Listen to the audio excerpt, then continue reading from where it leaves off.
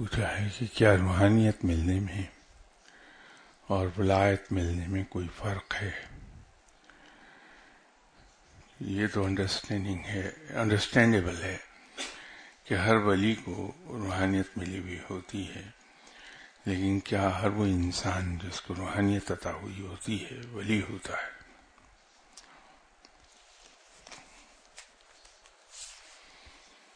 اصل میں یہ تین الفاظ ہمارے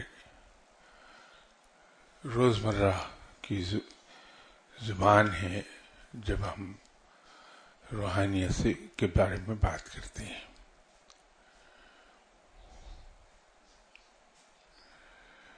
روحانیت جیسا کہ لفظ سے ہی ظاہر ہے کہ اس کا تعلق روح سے ہے۔ ایسی چیزیں یا ایسی کیفیت جو روح سے متعلق ہو، روح سے منسلک ہو، وہ روحانیت کہلاتی ہے۔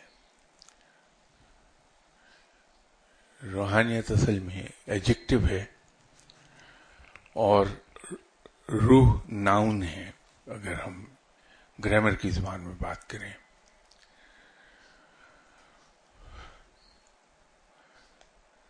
روح سے متعلق جو کچھ بھی ہم گین کرتے ہیں کہ ہماری روح لطیف ہوتی ہے، اس کے لطیف ہونے کے نتیجے میں اس کی پرواز بڑھتی ہے، پرواز کے بڑھنے سے اس کو مختلف جگہوں کی سیر حاصل ہوتی ہے، مختلف کیفیات اس پر وارد ہوتی ہیں۔ ان سب چیزوں کو روحانیت کا نام دیا جاتا ہے۔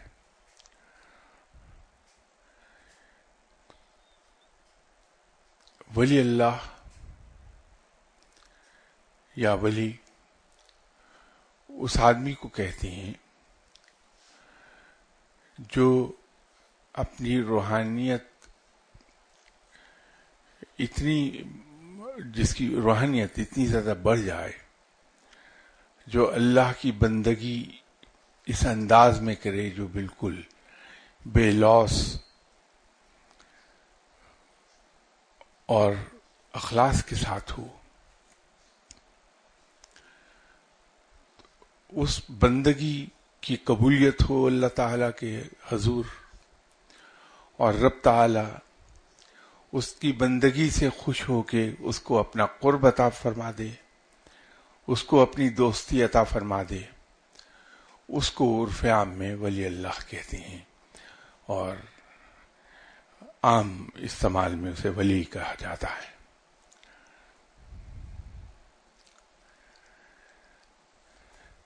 اسی طرح جو ولایت ہے، جب کوئی شخص اپنے مرشد کے یہاں جا کے بیٹھتا ہے اور ٹریننگ حاصل کرنے لگتا ہے، اس کی تربیت ہوتی ہے، اس کی تعلیم اس کو دیتے ہیں اس کے مرشد، تو اس تعلیم و تربیت کے نتیجے میں ایک شخصیت ڈیولپ ہوتی ہے اس کی، جو قرآن اور سنت کے مطابق زندگی گزارنے والی شخصیت بنتی ہے۔ خامیاں تو اس میں بھی رہتی ہیں، اس لیے کہ وہ انسان ہے، اور کوئی انسان کسی خامی اور کمزوری سے پاک نہیں ہو سکتا، تو اس میں خامیاں تو ہوتی ہیں، لیکن وہ زیادہ تر کتاب اور سنت کے مطابق زندگی گزارتا ہے وہ بندہ۔ تو جب وہ اللہ کی بندگی اس انداز میں کرنے لگتا ہے کہ رب تعالیٰ اس سے خوش ہو کے اسے اپنا قرب عطا کرتا ہے، اسے علم عطا کرتا ہے، تو مرشد اسے گیج کرتا رہتا ہے ساتھ ساتھ۔ تو جب وہ مرشد کے نزدیک، مرشد کی نگاہ میں اس قابل ہو جائے کہ وہ لوگوں کی تعلیم و تربیت کر سکے، لوگوں کو دین کا پیغام پہنچا سکے، لوگوں کو رب کی طرف راغب کر سکے، تو اس آدمی کو ایک خاص علاقے کا انچارج بنا کے مرشد بھیج دیتی ہیں. اس کو کہا جاتا ہے کہ اس کو وہ ولایت حاصل ہو گئی کہ وہ اس خاص علاقے میں ریپرزنٹیشن کرتا ہے اپنے مرشد کی، اور اس پروسیس میں وہ لوگوں کو فیض پہنچاتا ہے، لوگوں کو علم امپارٹ کرتا ہے، اور لوگوں کی تعلیم و تربیت کرتا ہے. تو وہ جس ایریے میں کر رہا ہوتا ہے اس کو ولایت کہا جاتا ہے. یہ فرق ہے ان سب میں. کیا روحانیت و ولایت عطا ہونے پر کوئی ایونٹ یا سیریمنی ہوتی ہے؟ مثال کے طور پہ جس طرح کیڈٹ کی پاسنگ آؤٹ ہوتی ہے یا اسٹوڈنٹ گریجویٹ کرتے ہیں یونیورسٹی سے یا کالج سے. اس قسم کی فارمیلٹیز اللہ کے بندوں کے یہاں نہیں ہوتی ہیں. وہ تو صرف اتنا ہوتا ہے کہ کوئی صاحب آئے، شاگردی اختیار کی، تو مرشد نے ان سے کہا کہ ٹھیک ہے میاں بیٹھ جاؤ یہاں، جو یہ قبول ہو گیا وہ مرشد کے یہاں. اگر ان کے مرشد بیعت میں یقین رکھتے ہیں تو اس کی بیعت کر لیں گے، اور وہاں ایک کمٹمنٹ ہو جائے گی جو آج کے رواج کے مطابق تو ون سائیڈڈ ہوتی ہے کہ آنے والا یہ کمٹ کرتا ہے، پرومس کرتا ہے کہ میں آج سے وہ کروں گا جو آپ کہیں گے. در حقیقت یہ ٹو وے کمٹمنٹ ہونی چاہیے، اور ہوتی تھی پہلے، کہ مرشد یہ کمٹ کرتا ہے کہ میں تمہاری ذمہ داری قبول کرتا ہوں اور تمہاری تعلیم و تربیت میں قرآن اور سنت کے مطابق کروں گا. تو اگر وہ بیعت میں یقین رکھتے ہیں تو بیعت کر لی، بس دیٹس آل. اس کے بعد اس کی ٹریننگ شروع ہو گئی، پھر مرشد اس کو بتاتے جاتے ہیں، وہ کرتا رہتا ہے. تو عام طور پر 30-35 سال میں انسان اس مقام پر پہنچ جاتا ہے جہاں مرشد اس کو کہتے ہیں کہ میاں تمہاری تربیت مکمل ہو گئی، اب تم فلاں علاقے میں چلے جاؤ اور وہاں خلق خدا کو فیض پہنچاؤ. بس اتنی سی بات ہے، ورنہ کوئی سیریمنیز ہولڈ نہیں کی جاتی ہیں. فقیر کے یہاں سادگی بہت ہے، الفاظ کی بھی، کام کی بھی.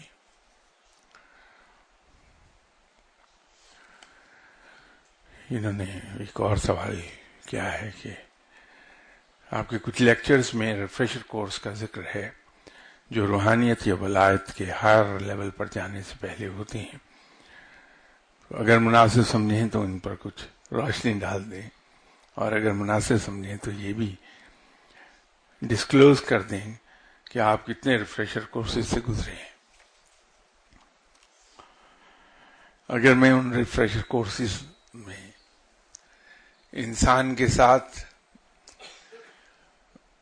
جس قسم کا سلوک ہوتا ہے، میں اس کو لائٹر وے میں کہہ رہا ہوں کہ جیسا حسن سلوک ہوتا ہے، اگر وہ بیان کر دوں گا تو میرا خیال ہے نیکسٹ سنڈے یا 2-4 لوگ ہوں گے، اس سے زیادہ نہیں آئیں گے. ان ریفریشر کورسز میں انسان کی خودداری کا بڑا کڑا امتحان ہوتا ہے. اس کی انا کو کچلا جاتا ہے دبا کے، اس کے صبر کو پرکھا جاتا ہے کہ اس کے اندر صبر کتنا ہے. بھوک، پیاس، بے عزتی، مالی تنگی، اس سب میں سے گزارا جاتا ہے اسے ایک بار پھر نئے سرے سے. اور یہ دیکھا جاتا ہے کہ ان مصائب کے نتیجے میں اس کی جو زبان گز بھر باہر لٹک رہی ہے، اس کے باوجود اس کی زبان سے اف نکلتا ہے یا لوگوں سے کہتا ہے کہ میرا رب بڑا مہربان ہے. تو اس پروسیس سے جب انسان گزرتا ہے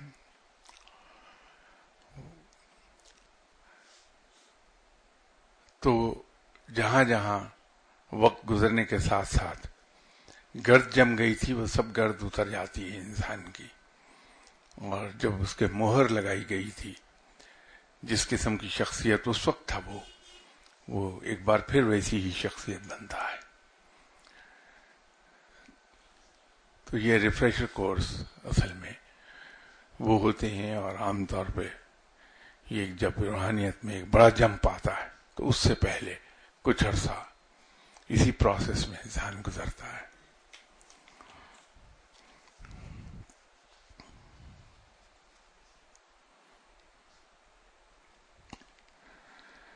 چوتھا سوال انہوں نے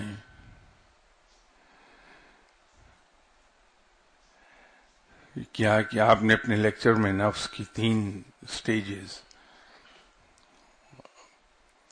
نفس امارہ، نفس لوامہ، نفس مطمئنہ کا ذکر کیا تھا. نفس لوامہ کی سٹیج پر پہنچے ہوئے آدمی کی کیریکٹرسٹکس بیان کر دیں، یہ بھی بتا دیں کہ اس سٹیج پہ سروائیو کرنے اور آہستہ آہستہ آگے بڑھنے کے لیے کیا پریکاشنز اور ایکشنز لینے ضروری ہیں. اگر اس کو بیان کرنے میں لگوں گا تو ریپیٹیشن ہو جائے گی اور اس پر بڑا شدید احتجاج ہوتا ہے. یہاں آپ اس لیکچر کو پڑھ لیجئے، اس میں بڑی ڈیٹیل سے میں نے عرض کیا تھا کہ نفس امارہ کیا ہوتا ہے، نفس لوامہ کیا ہوتا ہے، نفس مطمئنہ کیا ہوتا ہے، اور انسان جب ان مراحل سے گزر رہا ہوتا ہے، وہاں شاید لفظ میں نے یہ استعمال کیے ہوں گے کہ لفظ نفس امارہ سے نفس مطمئنہ تک کا سفر کس طرح سے طے ہوتا ہے. تو اس کو دوبارہ پڑھ لیجئے، اس کا جواب آپ کو ڈیٹیل میں مل جائے گا. البتہ یہ پریکاشنز اور ایکشنز کی بات یہ اس میں بیان نہیں ہے، وہ میں عرض کر دیتا ہوں. نہ تو کوئی ایکشنز کی ضرورت ہے نہ پریکاشنز کی ضرورت ہے. صرف ایک بات پہ نظر رکھیے کہ ہم سے حد الوسع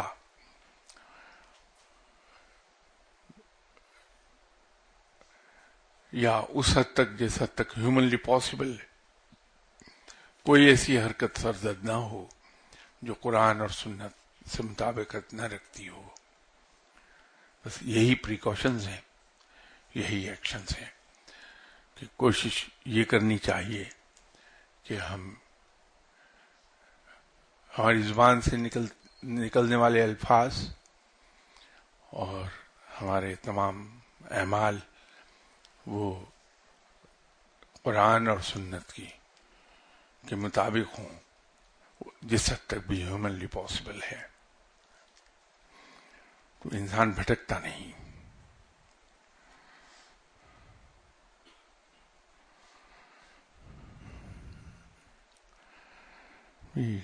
سوال اگر مناسب سمجھیں تو علم باطنی یا اسپریچول ورلڈ میں حضرت ابوبکر صدیق رضی اللہ تعالی عنہ اور حضرت عمر فاروق رضی اللہ تعالی عنہ کے رولز اور ریسپانسبلٹیز پہ کچھ روشنی ڈال دیجیے.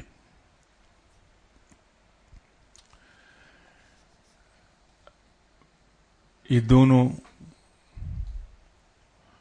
روحانیت کا اعلیٰ ترین مقام پیغمبر سے شارٹ آف پیغمبر وہ ہے صحابی، اس پر فائز ہیں. یہ آپ کو بھی معلوم ہے، مجھے بھی معلوم ہے. جہاں تک ان کے رول اور ان کی ریسپانسبلٹیز کی بات ہے، یہ اتنی قابل احترام ہستیاں ہیں کہ ان کے بارے میں زبان کھولنا مجھ جیسے چھوٹے انسان کو زیب نہیں دیتا ہے. ان کے بارے میں تو صرف ایک ہی چیز ہے کہ جس حد تک بھی ممکن ہو میکسیمم عزت اور احترام ان کا کیا جائے کہ یہ وہ ہستیاں ہیں جن کی عظمت بے پناہ ہے، ایسی عظمت کہ اس عظمت کی طرف سر اٹھا کے اگر دیکھا جائے تو سر کی پگڑی زمین پہ جا گرے.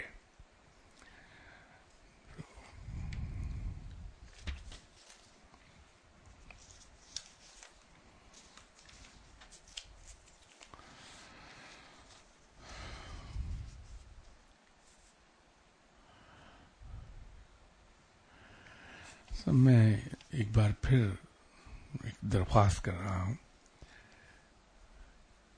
کہ جس طرح دعا کا سیشن ہے اس میں میں عرض کرتا ہوں کہ علم سے متعلق سوال آپ سنڈے صبح کی محفل میں پوچھ لیجئے، بڑی خوشی سے جواب دوں گا. اسی طرح اس سیشن میں میں عرض کرتا رہتا ہوں کہ دعا کے لیے آپ دعا کے سیشن میں حکم فرمائیے، میں ضرور دعا کر دوں گا. انسان اگر ڈسپلن کی پابندی کرتا ہے، جو وقت جس کام کے لیے مختص ہے وہی کام اس میں کرے تو کامیابی بھی ہوتی ہے اور عزت بھی ملتی ہے. اگر انسان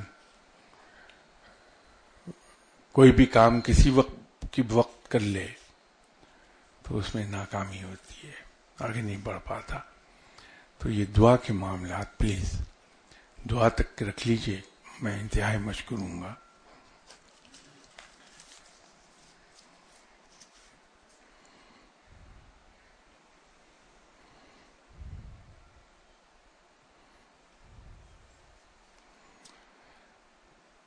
یہ سوال بھی میرا خیال ہے شاید کہ فقیر کتاب میں مل جائے گا. کتاب نہیں آپ لینا چاہتے تو C D free of cost یہاں اویلیبل ہے. آپ اگر ٹیپو صاحب سے یا صابر صاحب سے فرما دیں گے تو وہ بڑی خوشی سے آپ کو اس نشست کی ریکارڈنگ آپ کو پیش کر دیں گے جس میں یہ سب بیان کیا گیا تھا، اور بڑی تفصیل میں. شاید وہ 2-3 نشستیں ہیں جس میں اس پر ذکر ہوا تھا، کیونکہ یہ سوال جن صاحب نے پوچھا ہے کہ what is the noor of Prophet Muhammad sallallahu alaihi wasallam and how can we increase it. صرف اس کا ایک حصے کا جواب چونکہ پہلے نہیں دیا میں عرض کر دوں. جیسے ابھی میں نے ذکر کیا تھا جناب حضرت ابوبکر صدیق رضی اللہ تعالی عنہ اور جناب حضرت عمر فاروق رضی اللہ تعالی عنہ کے بارے میں بہت عظیم ہستیاں ہیں. تو آپ صلی اللہ علیہ وسلم کی ہستی تو وہ ہستی ہے جو اللہ کے بعد سب سے بڑی ہے، اور آپ صلی اللہ علیہ وسلم کو یہ اعزاز حاصل ہے کہ آپ صلی اللہ علیہ وسلم پر رب تعالیٰ خود درود بھیجتا ہے، اس کے فرشتے درود بھیجتے ہیں. تو جہاں یہ عالم ہو وہاں میں اور آپ کیا بیچتے ہیں کہ ہم آپ صلی اللہ علیہ وسلم کے نور میں اضافہ کر پائیں. یہ ایک چیز میں عرض کر دوں کہ جہاں آپ صلی اللہ علیہ وسلم کا معاملہ آ جائے بہت ادب میں رہیے. ہمیں سب کو، مجھے بھی آپ کو بھی سب کو بہت ادب میں رہنا چاہیے کہ وہاں گستاخی کی سزا بڑی کڑی ہے. آپ صلی اللہ علیہ وسلم تو مجسم رحمت ہیں. آپ صلی اللہ علیہ وسلم کبھی اس سے تعرض نہیں فرمائیں گے، لیکن رب یہ برداشت نہیں کرتا کہ اس کے محبوب صلی اللہ علیہ وسلم کے شان میں کہیں کسی سے چھوٹی سی بھی گستاخی ہو جائے. بہت محتاط رہنے کی ضرورت ہوتی ہے. آپ صلی اللہ علیہ وسلم کے ذکر میں آپ صلی اللہ علیہ وسلم کی شخصیت کے بارے میں گفتگو کرتے ہوئے آپ صلی اللہ علیہ وسلم کے نور مبارک کا ذکر کرتے ہوئے بہت ادب کی ضرورت ہے.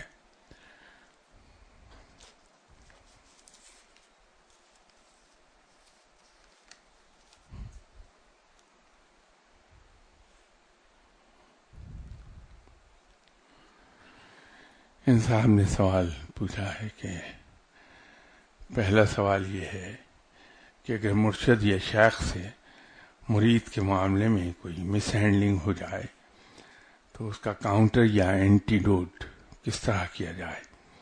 بہت سے کیسز میں ایسا ہوتا ہے کہ مرشد یا مرید یا مرشد کو بہت بعد میں پتہ چلتا ہے کہ ایسا ہوا ہے.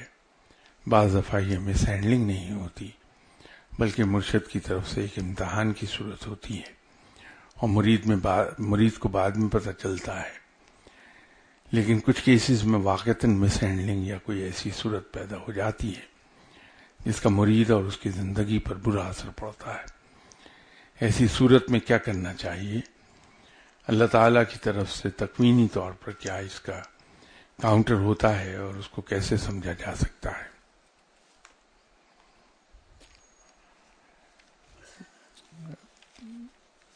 اسی محفل میں نے ایک عرض کیا تھا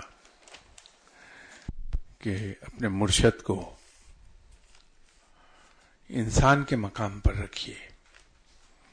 اس کا فائدہ یہ ہوگا کہ آپ کے مرشد ہیں تو انسان ہماری طرح کے،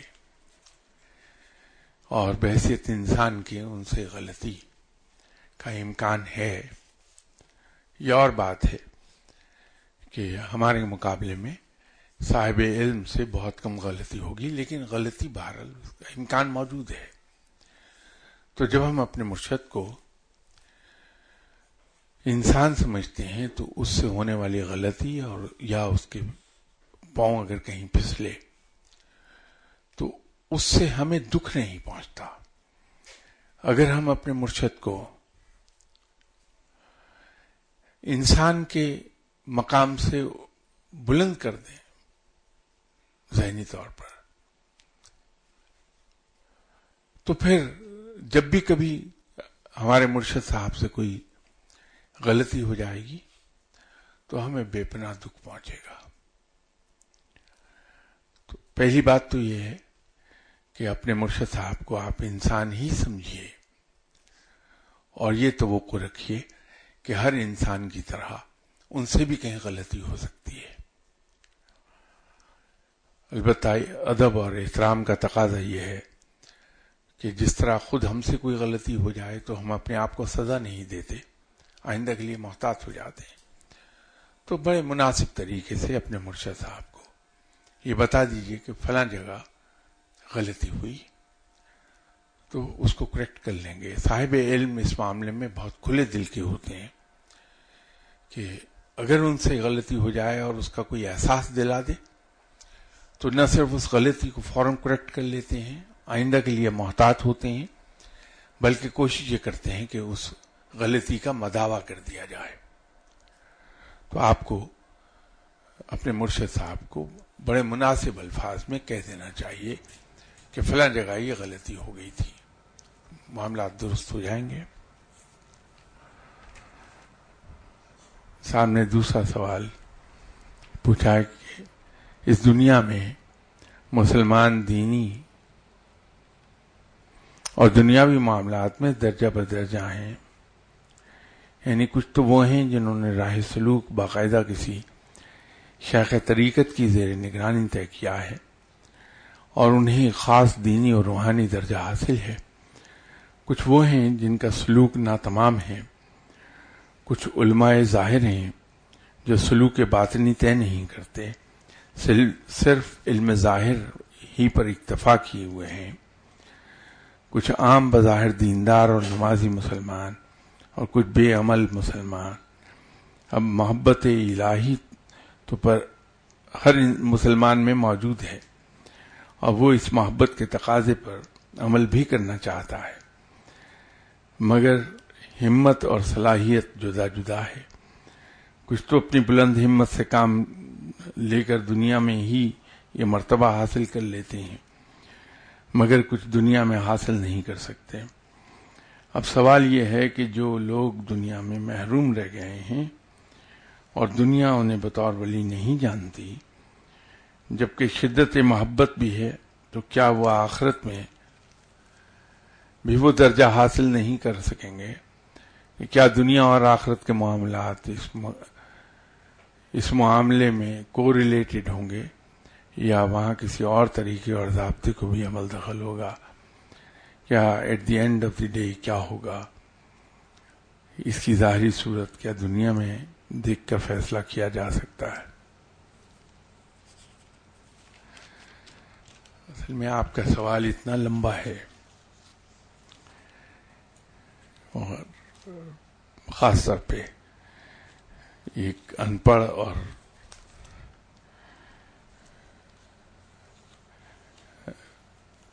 علم سے بہرا انسان کے لیے کہ وہ جو آپ کا سوال پڑھتا چلا جا رہا پچھلے سب بھول جائے گا کہ آپ نے کہا کیا تھا، پوچھا کیا تھا۔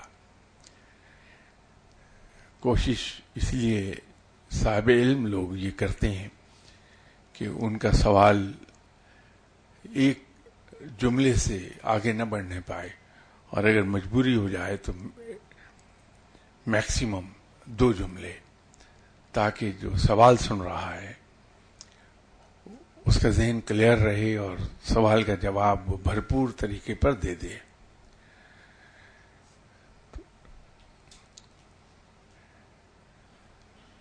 آپ کے سوال میں کے جواب میں تو صرف میں یہ عرض کر سکتا ہوں، پہلی بات تو یہ ہے کہ جو انسان اس توقع پر رب کو پکارے کہ اسے کوئی مرتبہ حاصل ہو جائے، اسے کوئی درجہ حاصل ہو جائے، تو یقین رکھیے کہ ایسے شخص کو کوئی مرتبہ یا درجہ کبھی ملتا نہیں ہے۔ رب کو اگر بے لوث ہو کر پکارا جائے، اتنا بے لوث کہ وہاں نہ جنت کی لالچ رہ جائے نہ جہنم کا خوف، وہاں صرف اللہ کو اس لیے پکارا جائے کہ وہ پکارے جانے کے لائق ہے، وہ ہمارا رب ہے،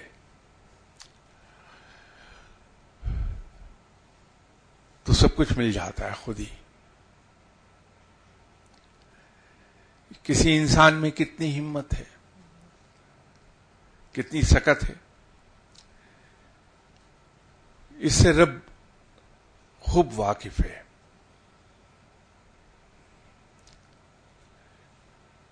کچھ اولیاء کرام ایسے بھی گزرے ہیں جو قرآن پڑھ ہی نہیں سکے تھے زندگی میں، لیکن رب کی محبت میں ڈوبے ہوئے تھے، اور جہاں سے انہیں یہ بات ملی کہ ان کا رب یہ چاہتا ہے کہ زندگی یوں گزارے میرا بندہ، اس پہ عمل کر لیا۔ جہاں سے سنا کہ اس کے رسول صلی اللہ علیہ وسلم کی سنت یہ تھی، اس پہ عمل کرنا شروع کر دیا، تو رب نے اس کو ہی قبول فرما لیا، ان کو ولایت کے اعلیٰ درجے عطا فرما دیے۔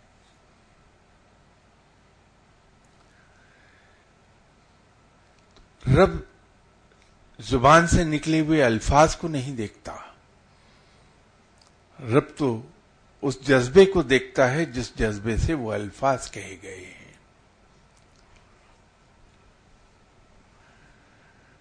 تو میری عرض آپ کی خدمت میں یہ ہوگی کہ براہ کرم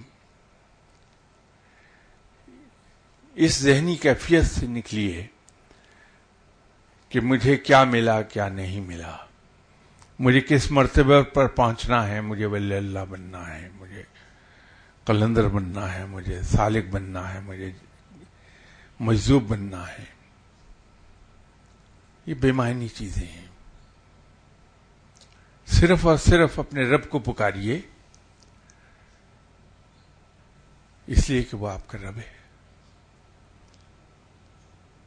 تو یہ بھی توقع نہ رکھیے کہ آپ کا رب آپ کو جنت میں ڈال دے گا یا جہنم میں ڈال دے گا، یہ بھی فکر مت کیجیے کبھی۔ اس سے بھی دور ہو جائیے کہ میرا رب ہے وہ اپنی مرضی کا مالک ہے، اس کا جو جی چاہے وہ کرے، اس کو کون پوچھنے والا ہے، کون پوچھ سکتا ہے اسے. البتہ یہ ایمان ہے کہ میرا رب بڑا مہربان ہے، مجھ سے بے پناہ پیار کرتا ہے، تو اس کی رحیمی اور کریمی سے مجھے یہ پوری نہ صرف امید ہے بلکہ یقین ہے کہ میرا رب میرے ساتھ رحم کا معاملہ فرمائے گا اور مجھے بہترین زندگی عطا فرمائے گا اس جہاں میں، اگلے جہاں میں.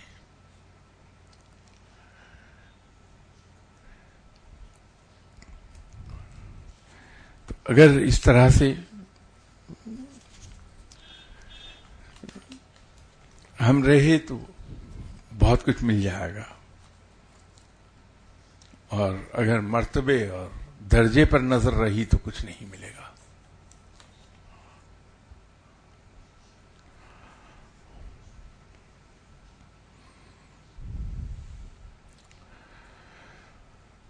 پہلا سوال یہ ہے کہ کوئی ایسی ایکسرسائز تجویز کر دیں جن سے انسان نماز میں یکسوئی پا سکے. اس کا میں نے کئی بار پہلے بھی ذکر کیا ہے، مور دین ونس. تو آپ پلیز دوسرے لیکچرز میں اسے تلاش کر لیں. دوسرا سوال ان کا ہے کہ آپ کے اکثر لیکچر سے یہ تاثر ملتا ہے کہ آپ وظائف کرنے کے رجحان کی زیادہ حوصلہ افزائی نہیں کرتے. وظائف کی کیا حیثیت ہے؟ کیا وظائف کیٹلسٹ کا کردار ادا کرتے ہیں؟ کیا فرض عبادات اور حقوق پورے کرنے کے بعد کوئی ایسا وظیفہ ہے جو خدا کو پانے کے پروسیس کو سپیڈ اپ کر دے؟ آپ کے اس مقام میں وظائف کا کیا کردار رہا؟ پلیز واضح فرما دیں. پہلی بات تو میں یہ عرض کر دوں کہ آپ شاید کسی خوش فہمی میں مبتلا ہیں. میرا کوئی مقام نہیں ہے، میں صرف اور صرف رب تعالیٰ کا ایک انتہائی عاجز اور چھوٹا بندہ ہوں جو بندگی کی شرائط بھی پوری نہیں کر پا رہا. اور دوسری بات یہ عرض کروں کہ میں وظائف پڑھنے کی مخالفت نہیں کرتا.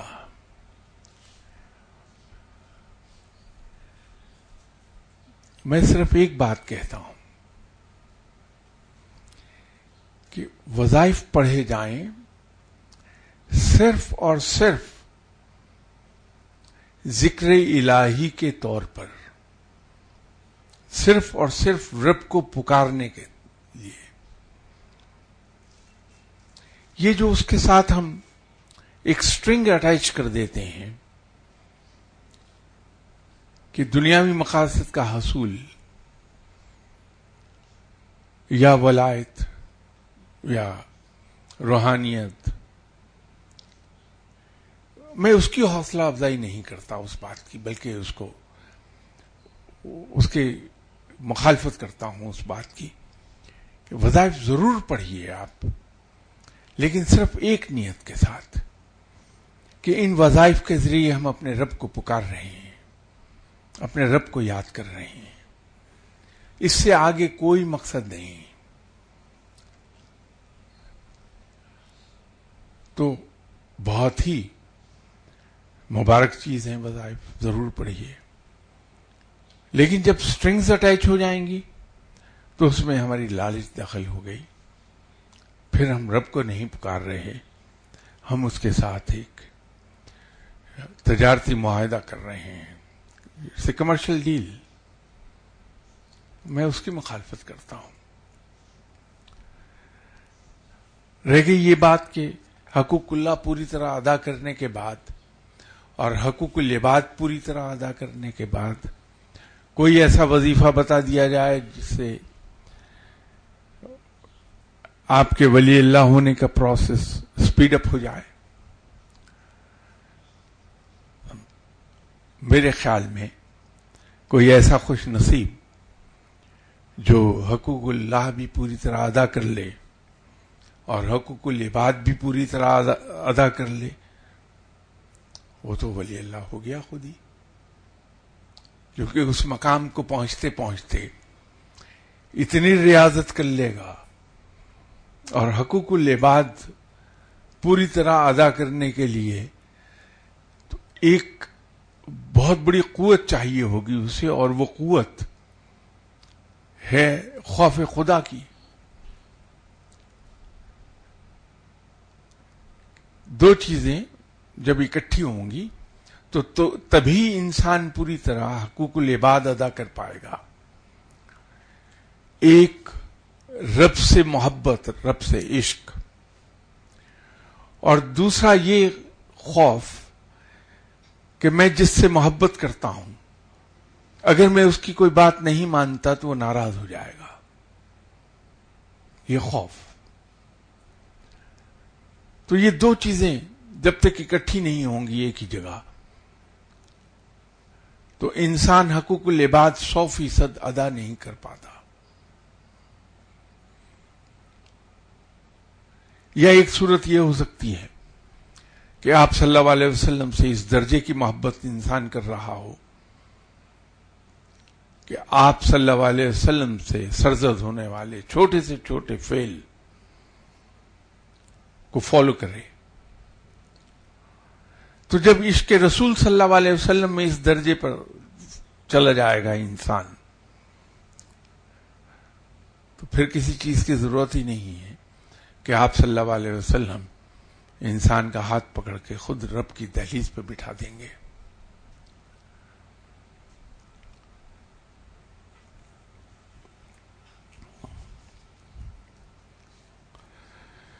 یہ تیسرا سوال کا ہے کہ خانقاہی سسٹم کیا آج بھی ویسا چل رہا ہے جیسے پہلے چلتا تھا؟ اگر آج کے دور میں کوئی انسان خود کو کسی خانقاہ میں چھوڑنا چاہے، مرشد کی کمپلیٹ سپرویژن میں، کشف المحجوب میں ذکر تھا کہ جب کوئی مرید خانقاہ آتا تھا تو 3 سال تک اس کی تربیت ہوتی تھی، جس کا پہلا مرحلہ خدمت خلق، دوسرا خدا کا ذکر اور مجاہدہ، اور تیسرا انہوں نے اپنے بارے میں فرمایا کہ صحیح یاد نہیں، ان 3 مراحل 3 سال پر مبنی تھے۔ تب کی خانقاہ اور آج کی خانقاہ میں کیا فرق ہے؟ خانقاہی نظام اب اس طرح سے کام نہیں کرتا ہے، اس کی 2 وجوہات ہو گئی۔ ایک تو زمانے کے چلن بدل گئے، لوگوں میں مغربی تعلیم بہت ہو گئی ہے، اس سے بھی بڑھ کر جو نئے کمیونیکیشن ٹولز انٹروڈیوس ہوئے انسان کی زندگی میں، لائک انٹرنیٹ، ای میل، سو آن سو فورتھ، انہوں نے دنیا کو اتنا مختصر کر دیا کہ ایک انسان گاؤں کے ایک جھونپڑے میں بیٹھا ہوا پوری دنیا کو ویو کرتا ہے۔ تو جب ایکسپوجر اتنا ہوگا تو انسان کے ذہن میں اتنی ہی روشنی زیادہ ہوگی، اتنا ہی زیادہ وہ کھل جائے گا ذہن۔ آج کے انسان کے سامنے اگر ہم دین کو اس انداز میں پیش کریں جس انداز میں آج سے ہم 200 سال پہلے کرتے تھے، 300 سال 400 سال پہلے، تو وہ تسلیم نہیں کیا جائے گا، کیونکہ اب ان تمام وجوہات کی بنا پر انسان کا ذہن زیادہ لاجیکل ہو گیا ہے۔ اب ہمیں اپنا دین دوسروں کے سامنے پیش کرتے ہوئے دلیل سے کام لینا ہے۔ ہمیں اپنا حلیہ اور اپنی زبان، اپنے طور طریقے ان لوگوں جیسے بنانے ہیں جن لوگوں تک دین کا پیغام دیا جا رہا ہے، ورنہ کوئی بات سننے کو تیار ہوتا ہی نہیں ہے۔ ہمیں اپنے دین کو ان پر واضح کرنے کے لیے ان کے ماحول سے ہی مثالیں پک کر کے ان کو دین کی بات سمجھانی ہوگی کہ زمانہ بدل گیا ہے. تو خانقاہی نظام بہت پرانا ہے, اوور 1000 ایئرس. اس سسٹم کو آج اگر ہم معاشرے میں انٹروڈیوس کرائیں گے تو وہ کنڈیم ہوگا. آج خانقاہ سے تربیت یافتہ انسان اگر نکلے گا اس حلیے میں, جس حلیے میں آج سے 200 سال پہلے ہی نکلتا تھا, وہ ایکسیپٹیبل نہیں ہوگا معاشرے میں, اس کی بات کوئی نہیں سنے گا. تو اپنے دین کو دوسروں تک پہنچانے کے لیے انسان کو ویسا ہی بننا پڑتا ہے جس معاشرے میں وہ دین کو پھیلا رہا ہے.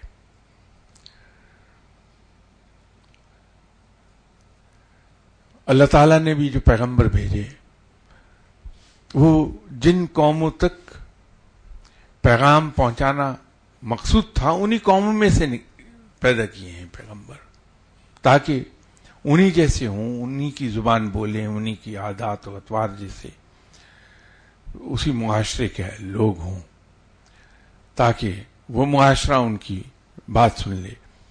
اسی لیے ایک چیز پیغمبروں کے بارے میں کلیئر کر دوں کہ جتنے بھی پیغمبر آئے ہیں وہ کسی قوم پر اتارے گئے ہیں, کسی ایک قوم پر. یہ صرف آپ صلی اللہ علیہ وسلم ہیں جو پوری کائنات کے لیے اتارے گئے ہیں.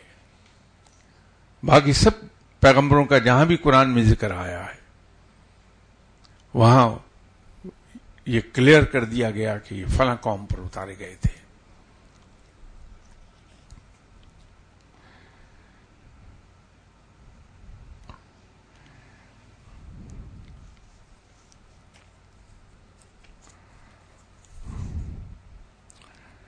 یہ ایک سوال ہے کہ کیا مرشد اور مرید کے درمیان ادب ایک حجاب نہیں؟ اگر ادب کی وجہ سے مرید کھل کر بات ہی نہ کر سکے, سوال خواہ بچکانا ہو یا بے وقوفانہ, ہو سکتا ہے کہ مثبت جواب بہتر نتائج پیش کرے.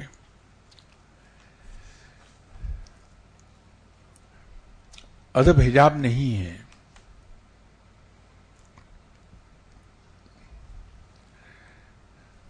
ادب صرف ایک بات کا تقاضا کرتا ہے کہ مرشد سے سوال ضرور کیا جائے, لیکن استاد کے مقام اور اس کی حیثیت کے مد نظر لب و لہجہ اور الفاظ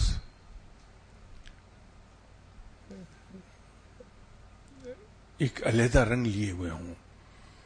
وہ رنگ وہ نہ ہو جو ہم دوستوں میں بیٹھ کے زبان استعمال کرتے ہیں یا اپنے برابر کے لوگوں میں کے ساتھ زبان استعمال کرتے ہیں. کڑوی سے کڑوی بات, سخت سے سخت بات کنوے کی جا سکتی ہے اگر ہم اس کو ریسپیکٹفلی بات کریں. اس کے طریقے ہیں.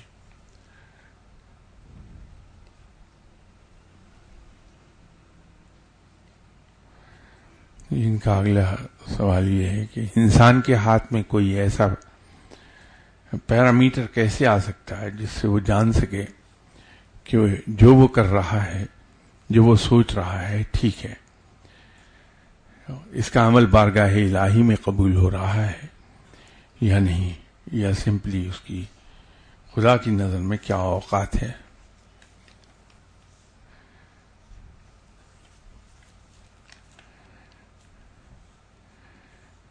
پیرامیٹر تو بڑے کلیئرلی ڈیفائن ہے, اور جس کے ذریعے سے پیرامیٹر ڈیفائن کیے گئے ہیں وہ ہے قرآن اور آپ صلی اللہ علیہ وسلم کی سنت.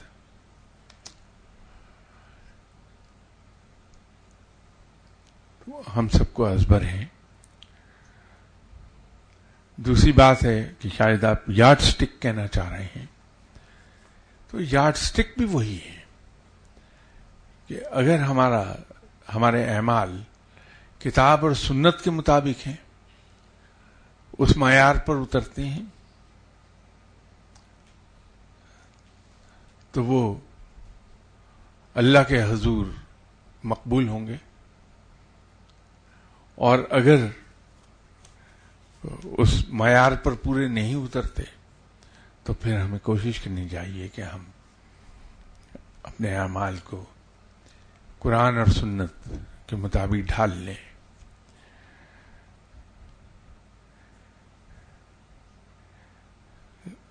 یہ جو سوال کا اگلا حصہ ہے